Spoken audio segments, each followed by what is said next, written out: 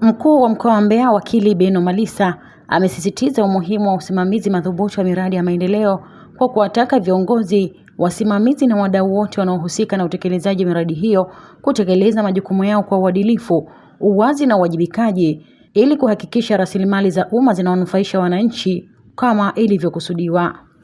Wakili Malisa amesema hayo wakati wa warsha ya wadau na wasimamizi wa utekelezaji wa miradi ya maendeleo iliyoandaliwa na TAKUKURU Mkoa wa Mbeya, ambapo amesema ushirikiano wa karibu kati ya serikali, taasisi za usimamizi pamoja na wananchi ni nguzo muhimu katika kupambana na vitendo vya rushwa na ubadhirifu.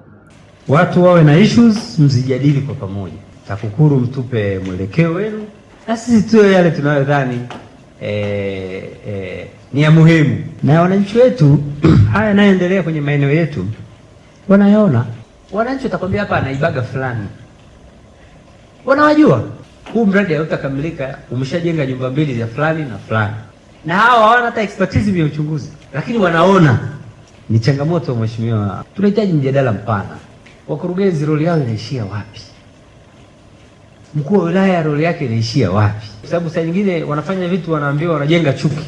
Naye mkuu wa TAKUKURU Mkoa wa Mbeya Magila Ndimbo amesema taasisi hiyo inaendelea kuimarisha utoaji wa elimu kwa wadau mbalimbali kuhusu mbinu za kuzuia rushwa katika kila hatua ya utekelezaji wa miradi ya maendeleo.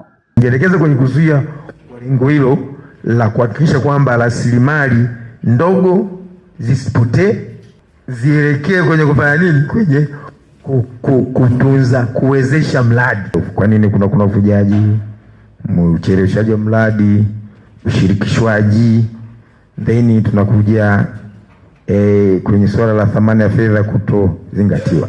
La kwanza, miradi mingi na kwenye swala la uibuaji wa miradi kunakuwa na mapungufu. Kwa upande wake, mkuu wa wilaya ya Mbarali Brigedia Jenerali Maulidi Sulumbu amesema warsha hiyo imeongeza uelewa kuhusu wajibu wa kila mdau katika kusimamia miradi ya maendeleo na kusisitiza kuwa ushirikiano wa taasisi mbalimbali ni muhimu ili kuhakikisha miradi inatekelezwa kwa ubora. Pamoja na wenzangu tumejifunza mambo mengi au tumeongeza elimu kuhusu kazi mnazofanya kuhusiana na PETS.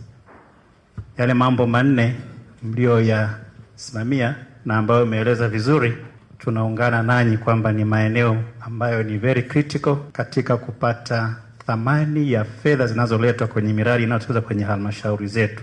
Basi mimi naona tuzingatie pia na mazingira husika ya pale mradi unapotekelezwa pindi tunapoangalia value for money. Kwa hiyo yule anayepitisha mwisho wa siku na yeye apewe uelewa wa kuhakikisha kabla hajapitisha azingatie A, B, C, D ili mwisho wa siku yule aliyepewa kazi ya kusimamia huku chini asiwe answerable kwa kosa ambalo hajalifanya yeye.